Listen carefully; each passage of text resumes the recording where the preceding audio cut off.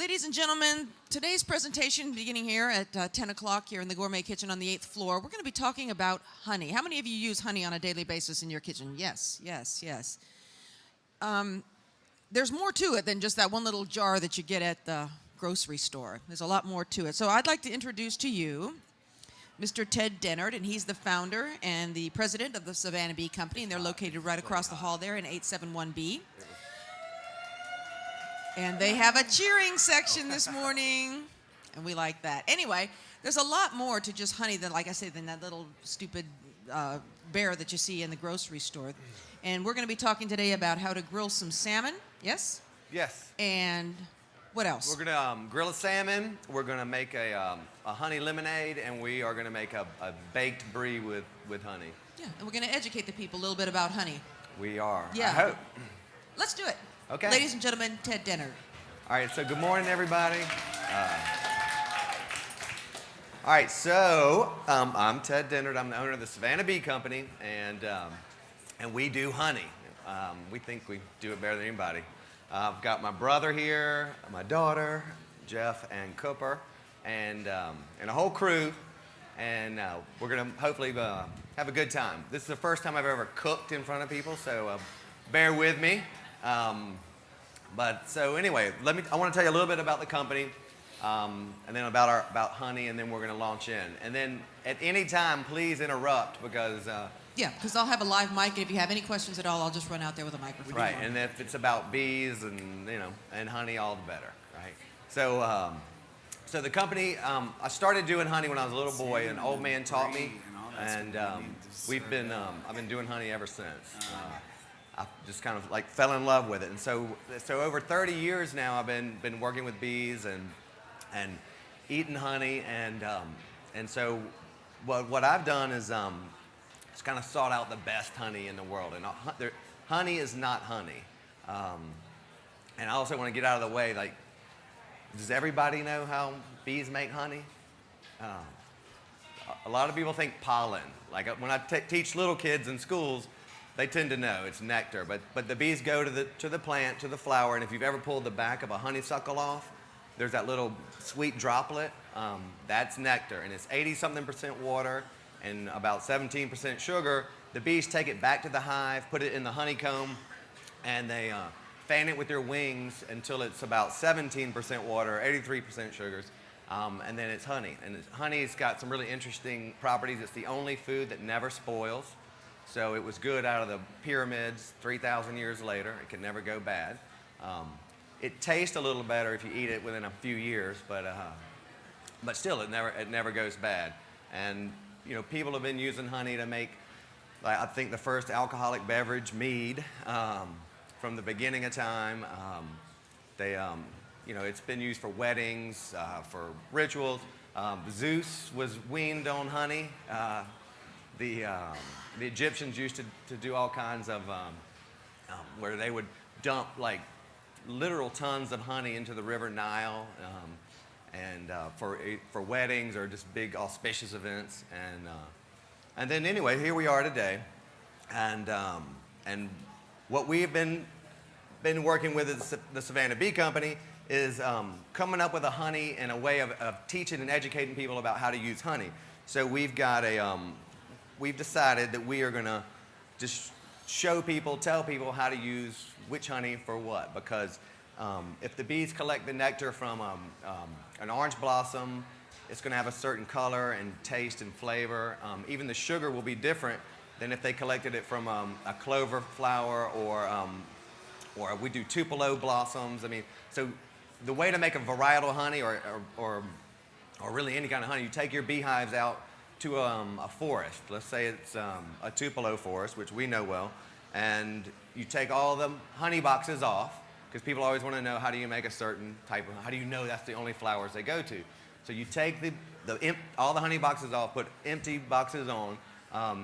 The tupelo trees only bloom for 10 days, and so you'll have to have, you'll taste the nectar, you'll watch the blooms as soon as they come on.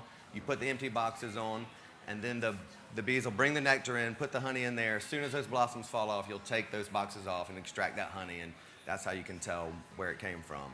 And I can taste the difference as well. But hopefully you can kind of see that there's different colors. And so we have chosen a honey for a tea. It's really light, has a real light taste. It's got a certain type of sweet, even the type of sugars in it that go really well with tea and coffee and smoothies and all kinds of drinks. Our grill honey has got a lot more robust flavor, where it's got tons of just lots of spice and like mixed up gingerbready, maple, and it's bold enough that it's going to carry through when you're grilling or if you're making marinades and dressings and things. And then we have a cheese honey that we think pairs really well with cheese. And cheese and honey have been paired, I guess in the Mediterranean region from the beginning of time there. And a lot of people eat honeycomb and cheese together. And hopefully you guys can see this honeycomb platter. But a honey that goes best with cheese has a certain type of sweet, a little bit more fructose sugars than glucose sugars, and it helps to balance out the saltiness on the front of your tongue with a cheese, like a sharp cheese, and the sweet you taste further back on your tongue. So anyway, let's get started. Does anybody have any questions so far? Any questions? I have a question about the different honeys. Are there different regions of the country that produce better honey than others, or? So some people will say like, oh, the Greek honey is so good, but it's not a country or a region. It's the beekeeper needs to take the care to make the type of honey that's good. If you're careful and you place your hives in the right place and you manipulate the frames, and you can come up with a really superior honey anywhere. Yeah. But there are certain regions like the Tupelo honey that we specialize in. Those trees only bloom in two river systems in the whole world. So that's the Altamaha River, it's south of Savannah, and then the Apalachicola. And the trees can grow other places, but you can't make the honey in other rivers because you don't have enough of them. So that region is very specific. And do you guys farm, I guess it's where farm your own honey, or do you contract out with other people? So the company started where I would take hives from place to place and travel, like follow this bloom. So the spring, you'd start with the Tupelo, and then we'd move to the coastal forest to make honeycomb. Then we'd move to the mountains to make sourwood honey. And now, as the company grew, I've had to contract it out. So there's other beekeepers that help make the honey now. Great. So what are we going to start with? Okay, so we're going to start with the salmon, which is with our grill honey. Let's see if I can find it. So another thing that we really want to focus on is honey is a lot more versatile. Most people just put it in tea or maybe on a biscuit or something like that. And it's good in so many different recipes. It's a great replacement for sugars and that little bit of sweet. You would think it somehow it adds so much to meats and dressings and marinades. So hopefully that you guys will get out. So some of you guys say you cook with honey. So what do you guys cook? What do you cook? Everything you can? So do you have a favorite? Here you go. The sourwood honey? Yeah, that's a great honey. That honey's won the World Honey Show before. Does anybody have a specific thing they cook or love with honey? Is there anybody that does not cook with Sweet honey? potato. Well, I mean, it's hard because you'll buy that honey in the bear, and then you stick it on your shelf, and you just don't really know how to use it. So This is what we're trying to overcome. Is like we support each one of these with recipes on our website to encourage people to use honey all day, every day. Right. Sure. And I like the idea. You guys are the first ones. Did you originate these pumps to make it a little less? We did. We're trying to. Some people have an aversion to sticky. In fact, a lot of people do, right? Right.